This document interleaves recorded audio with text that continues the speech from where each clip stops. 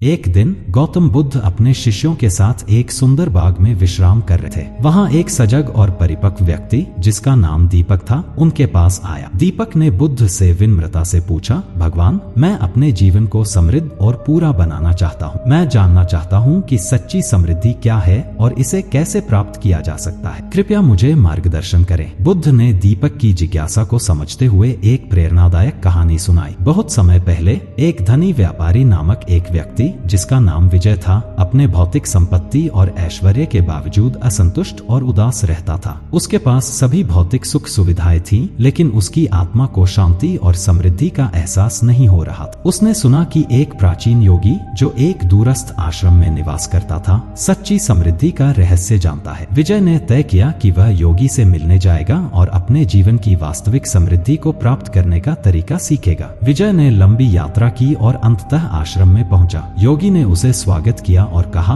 मैं तुम्हें सच्ची समृद्धि के 3 महत्वपूर्ण अनुभव दूंगा। इन्हें समझने के बाद तुम अपने जीवन को पूरी तरह से जी सकोगे। योगी ने विजय को एक सरल गांव में भेजा, जहां एक वृद्ध किसान अपने परिवार के साथ साधारण जीवन जी रहा था। किसान के पास बहुत सीमित संसाधन थे, लेकिन वह हर दिन अपनी फसल, परिवार और मित्रों के साथ खुशी से समय बिताता। विजय ने देखा कि इस साधारण जीवन में भी गहरी संतोष और समृद्धि थी। योगी ने कहा, सच्ची समृद्धि भौतिक वस्तुओं में नहीं है, बल्कि सादगी और संतोष में। अगले दिन योगी ने विजय को एक सुंदर वादी में भेजा, जहां प्रकृति का अनुपम सौंदर्य फैला हो। वहां एक शांत झरना बह रहा था और चारों ओर हरे भरे पेड़ और फूल खिल रहे थे। विजय ने महसूस किया कि प्रकृति की सुंदरता और उसकी शांति में गहरी समृद्धि छिपी है। योगी ने कहा, प्राकृतिक सौंदर्य का आनंद लेना और उसकी सराहना करना आत्मिक समृद्धि का एक महत्वपूर्ण हिस्सा है। अंत में योगी ने विजय को एक ध्यान केंद्र में भेजा, जहां एक वृद्ध तपस्वी ध्यान में लीन था।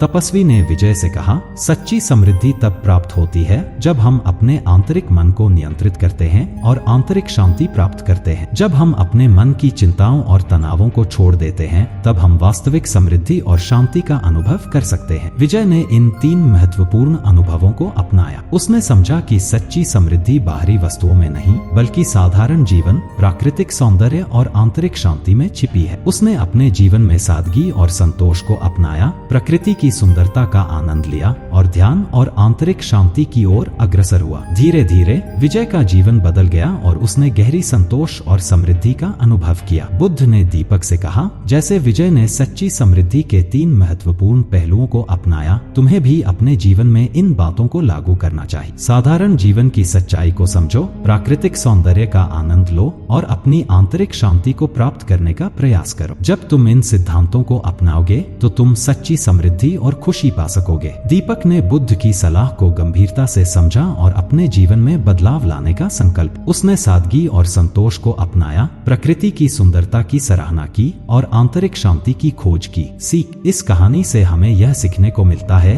कि सच्ची समृद्धि बाहरी वस्तुओं में नहीं, बल्कि साधारण जीवन, प्राकृतिक सौंदर्य और आंतरिक शांति में छिपी होती। जब हम इन पहलुओं को अपने जीवन में अपनाते हैं, तो हम वास्तविक खुशी और संतोष का अनुभव कर सकते हैं।